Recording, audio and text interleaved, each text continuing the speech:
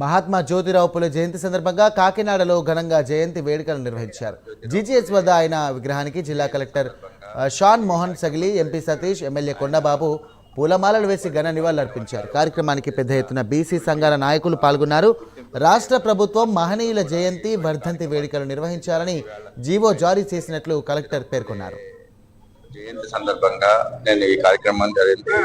ఆయన బడుగు బలహీన వర్గాల వారి కోసం చేసిన కృషి, దాని గుర్తింపుగా రాష్ట్ర ప్రభుత్వం కూడా ఇటువంటి కార్యక్రమాలు ముందు తీసుకురావాలని ఈవేళ 513 మంది లబ్ధిదారులకి డబ్బులు పంచిపెట్టడం జరిగింది. ఇదే కార్యక్రమం జయంతి సందర్భంగా కాకినాడ జీజీహెచ్ సెంటర్ దగ్గర మనం ఇవాళ హానరబుల్ ఎంపీ గారు, హానరబుల్ ఎమ్మెల్యే కాకినాడ ఎమ్మెల్సీ గారు, ఆల్ కమ్యూనిటీ లీడర్స్ సమక్షంలో ఇవాళ విగ్రహానికి మనం దండేసుకొని సత్కరించుకోవడం జరిగింది.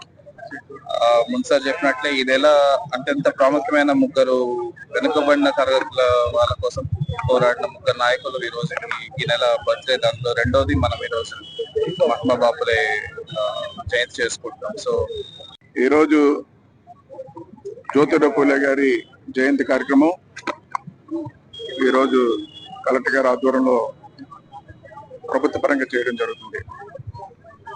ఈరోజు జ్యోతిరావు పూలే గారు జయంతి కార్యక్రమం కానీ, వర్ధంతి కార్యక్రమం కానీ ఎంతో ఘనంగా జరుపుకుంటూ ఉంటాం. వారి గురించి భావితరాలకి తెలియాలన్న ఆలోచనతో ఒక స్ఫూర్తి అయిన వ్యక్తి ఆయన. భావితరాలకు కాదు, ఈవేళ చెప్పాలంటే జ్యోతిరావు పూలే గారు ఆశయాలు కానీ, ఆలోచన విధానాలు కానీ, అంబేద్కర్ గారు కూడా ఆయన ఆలోచన అడుగుల్లో నడిచారు. జ్యోతిరావు పూలే గారి ఆశయాలు